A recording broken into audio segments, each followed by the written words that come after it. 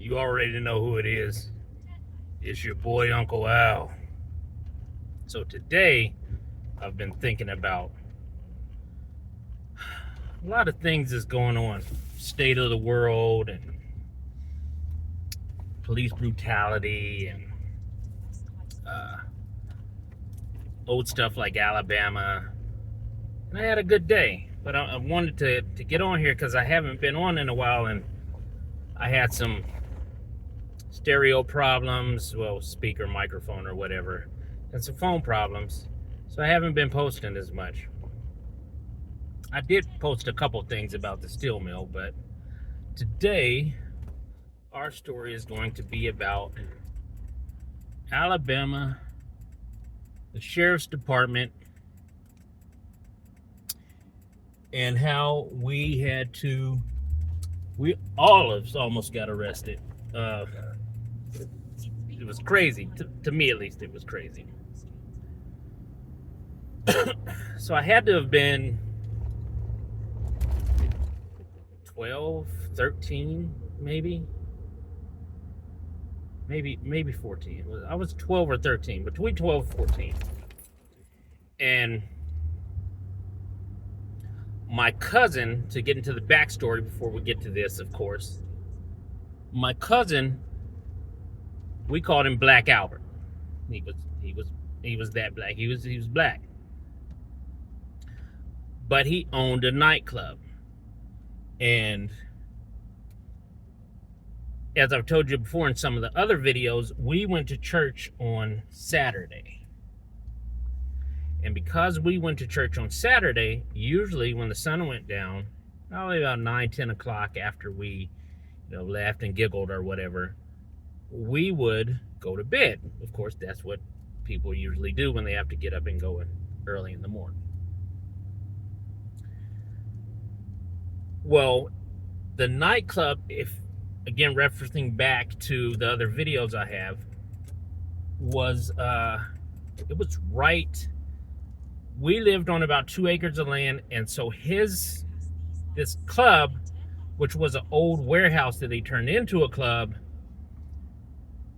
was probably an acre and a half over, and they would party. Now, I wanted to go party with them, but of course, I was too young, first of all, and my parents were not going to have that. Plus, Black Albert wasn't going to have that. I'm 14 years old, trying to mingle with my older cousins.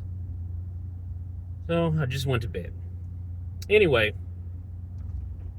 music on this night was extremely loud.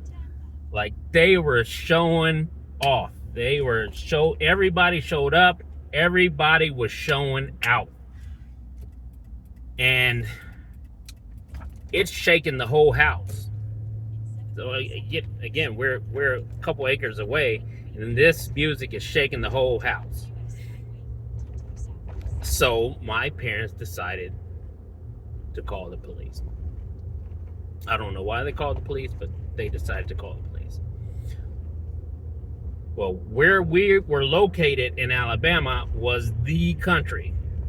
And when I talk about the country, I mean when the sun went down, there were no such things as street lights. It was black. This was a time when you still had the lightning bugs. I don't know if you guys still have them wherever you're at, but they're these little bugs that their butts glow. They made a little children's toys with them and stuff, but they were about this big and their butts glowed. So the night sky would light up with these lightning bugs. That was about your only light source out in the country. And maybe a porch light here and there. It took about half an hour, 45 minutes for the sheriff, because there were no police where I was. It was sheriffs and state troopers. When the sheriffs came for this noise complaint, they brought 3 cruisers. 3 cruisers for a noise complaint. Alabama is predominantly black. Alabama is very racist. and they don't play. If they can take you to jail, they will take you to jail. At least that's the way it used to be. Let me clarify. That's the way it used to be when I lived there. They come up to the door. It's 2 policemen at the door. There was, we had this wraparound porch. We had an L-shaped house that was a ranch. There were 2 policemen at the door. There were 2 on the porch, and then there were 2 standing by these cruisers. They said that they had gone and talked to Black Albert, and there was nothing really that they could do. So once they knocked on the door, they explained this to my parents. They had a conversation. By now, the whole house is up. We're in our pajamas, and they're talking to the sheriff.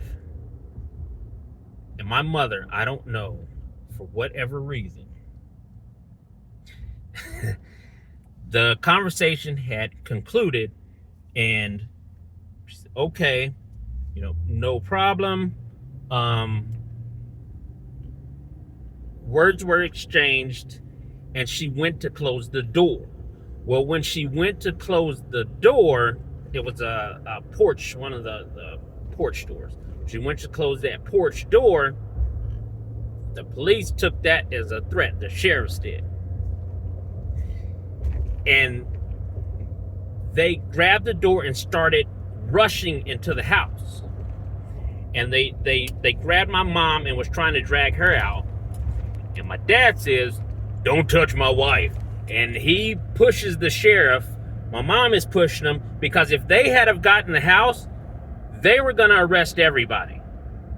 We are what they call ban. And I don't know if you know what ban is, but in Alabama, that's a term where you are black at night. Whether you're in your own home, whether you're on the street. When the street lights came on, people do things for whatever reason they want to do things. And I'm talking about the sheriffs and the cops at that time. Not necessarily today, but I can only speak at that time. And at that point in time, police did a lot of whatever they wanted to do. I'm not going back and forth with you on this. This is the way in my area that happened. So my mother is pushing, my dad is pushing. They're trying, now the sheriffs from the porch are coming over. The sheriffs that are out in their cruisers, they're running up. We got the screen door closed. And everybody, my mom, my dad, my sister, my brothers, everybody is pushing on this door, on the now main door, because we had somehow got the main door closed, and they're wedged in between, trying to get in so that they can arrest my parents. Now again, they hadn't done anything, but that's what was going on. We finally got that door closed. All of us. I don't know how we did it, because these were some grown men. And what ended up happening was we got the doors closed, we locked the door, and the sheriffs are still beating on the door. Boom, boom, boom. Let us in, come out, come out, come out. So we had to just sit there and wait and hope that they didn't say anything that would cause them to try to breach that door then, because it was 6 of them. And I do remember my parents, while they were talking, my mother asked, "If this is no big deal, why did you bring 3 cruisers and 6 sheriffs? Why is it that many police here?" That was that was a scary little time. When you have 6 sheriffs, you haven't done anything wrong, and they're trying to come into your house for nothing.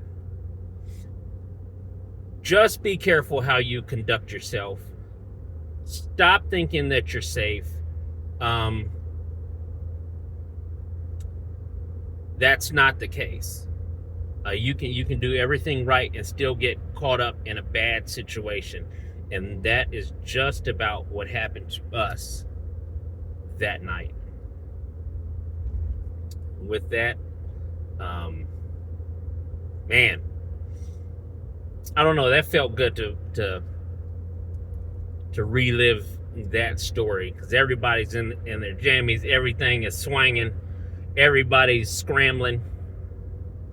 So again, we're not safe out here. You have to be very vigilant about what you do and you say to people, especially in this day and age. And with that, I hope you guys have a good evening. Please hit that thummy thingy, whether it be up or down, share, and subscribe. And Big Uncle will talk to you in the next one. As a matter of fact, you can't see it, but I got a sheriff behind me right now. And I love sheriffs. I love the sheriffs that I'm friends with. But I got one behind me right now, so I'm going to hop off of here. I'll talk to you guys soon.